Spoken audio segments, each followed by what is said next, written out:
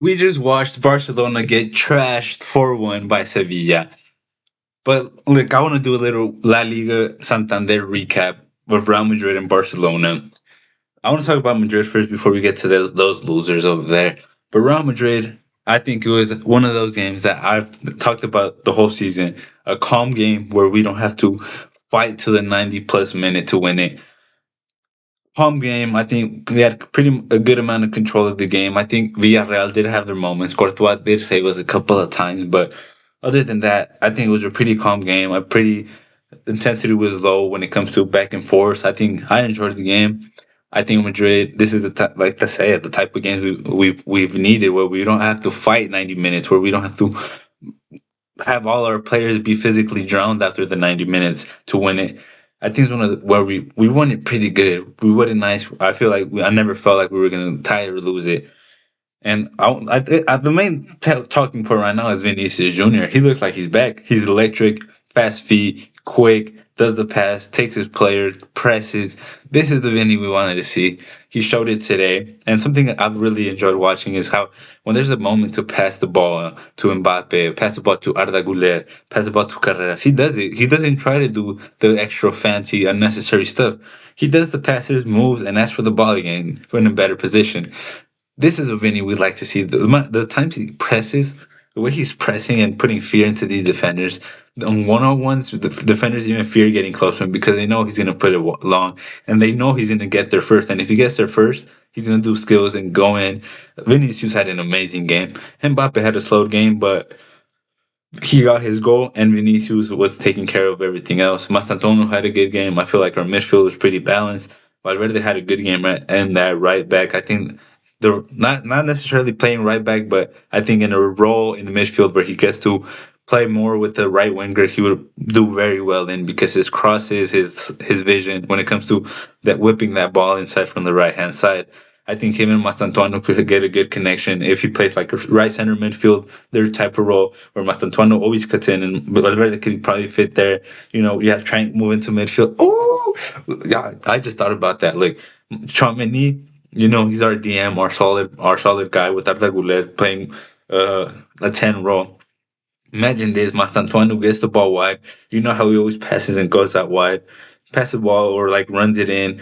He passes the ball. He stays. He always stays in the 10. Every time he comes in, he always stays around the 10 area with Arda Güler somewhere else. Valverde making the run out wide like a literal right winger, like a De Bruyne type of run where you know De Bruyne will always be on the right and to whip those balls in. Valverde doing that run, Trent coming into midfield a little bit, not even midfield, but that right center mid pocket, right back inverted right back pocket to get the cross in. Man, I just thought about that, but yeah, Madrid pretty comfortable win. Didn't I think solid game from us. Courtois saved us a couple of times. I think the goal they scored on us was very avoidable, but Camavinga looked pretty welcoming and Jude looked alright, pretty too. And yeah, Real Madrid won, and we're top of the league now. And we wouldn't have been top of the league if those losers in Barcelona didn't lose 4-1 to Sevilla. 4-1 against Matias Almeida, who Mexican fans know pretty well for his time in Chivas, and is a coach that I try to keep up with. You know, I try keeping up with these type of coaches when they do something in Liga MX. I'm like, are they good enough to manage another teams? And he's one of those. He's done very well.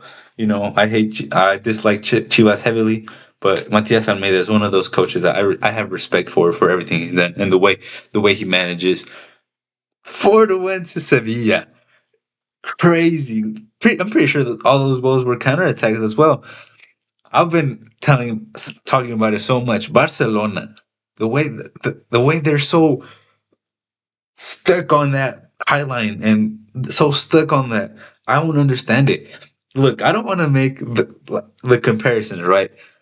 But I critique Ruben Amorim so heavy for for not changing, for not adapting, for not playing with the system around a little bit, not changing and not adapting to it, not uh, doing little tweaks on it. You know what I mean? Not tweaking his system a little bit. Hansi Flick is doing that when it comes to the Highline for that specific team. You know, don't I'm not comparing them, right? Ow. Not comparing them at all. But when it comes to not, he doesn't want to change the highlight. I don't understand it. You have pretty slow players. Like Kubarsi is not the fastest of center backs. Um, Christensen is not the fastest of center backs. Garcia is not the fastest of center backs. Kunde is not the fastest right back. I don't understand it. I understand it with Inigo because of this. Because Inigo's IQ to leave people off sides and to get the places first or step up and get the ball off the players. Inigo's IQ saved this team last season. But this season you don't have the players with that IQ. You have the physical aspect of Araujo, who I think would be better off, but even that, like the IQ, I think Inigo's IQ just put Hansi Flick in the idea that oh we could play this all the time. But I think that was just Inigo Martinez's IQ. I think he was so well and so smart. Inigo wasn't the fastest center back, but his IQ was so high that he would know when to leave a the attackers offsides. He would know when to step up. He would know when to drop down a little bit, and so he could get to the ball first. He would know how to get to the ball first. Inigo's IQ was so high, but I think and him leaving was a detriment to this Barcelona team.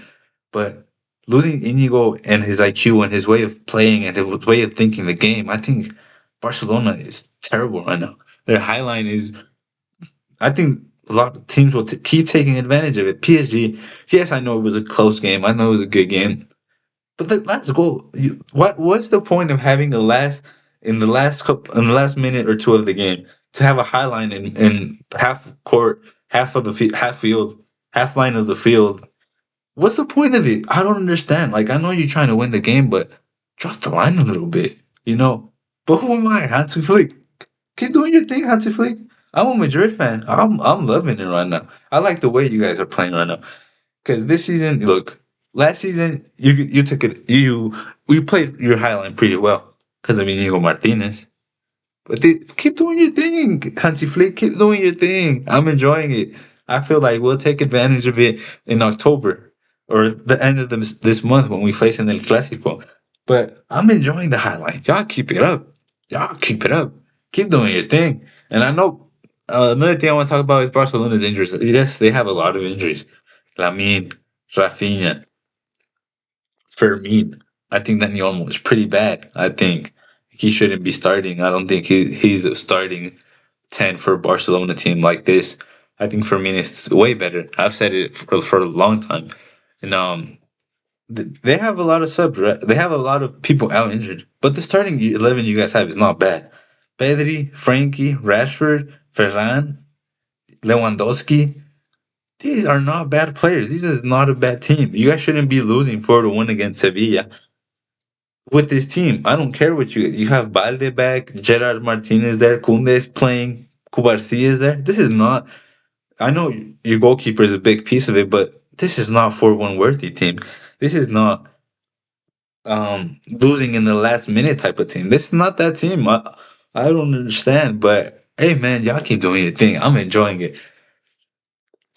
It's funny because when it comes to like Barca and these type of games, my whole analysis just gets out the brain. Like the analysis I did for the Liverpool games, and I've done for I will say this: my analysis for the Prem teams is way better because when I watch Real Madrid, when I watch Barcelona, it's literally just like so much bias because I love Real Madrid; they're my team, and I dislike Barcelona. So you know, all my analysis. If you really want to if you watch my videos because of my analysis, Premier League vids are pretty good. You know, I think I got it on lock. When it comes to this, you better be ready for my hate watches because I hate watch Barcelona every week. Even if it's in the background while I'm doing homework, the game is on because I'm waiting for them to lose so I can call my brother and be like, "Hey, you guys are losing," because my brother's a Barca fan. So look, I'm enjoying it. We're top of the league. We're looking good. Like I said for Real Madrid, I really want to see us in the big games be tested. I want to see us be tested, and I think the next game is El Clásico. And I think I'm pretty confident. I'm ready. I think what is it? 2 3 weeks? Yeah, 2 weeks, 20 days, 22 days for the Clásico. Look, you guys know me. Madrid big games is what I'm really focused on, and I think that's the next big game. I'm excited. Barca lost 4-1 to Matias Almeida Sevilla, and yeah, good weekend. You know, It was a good weekend. Real Madrid won, Club America won, Man United won, Yuri Prohaska won in UFC. Alex Poitin Pereira got an early knockout. Barcelona got smacked. Very good weekend. We like those type of weekends. Peace.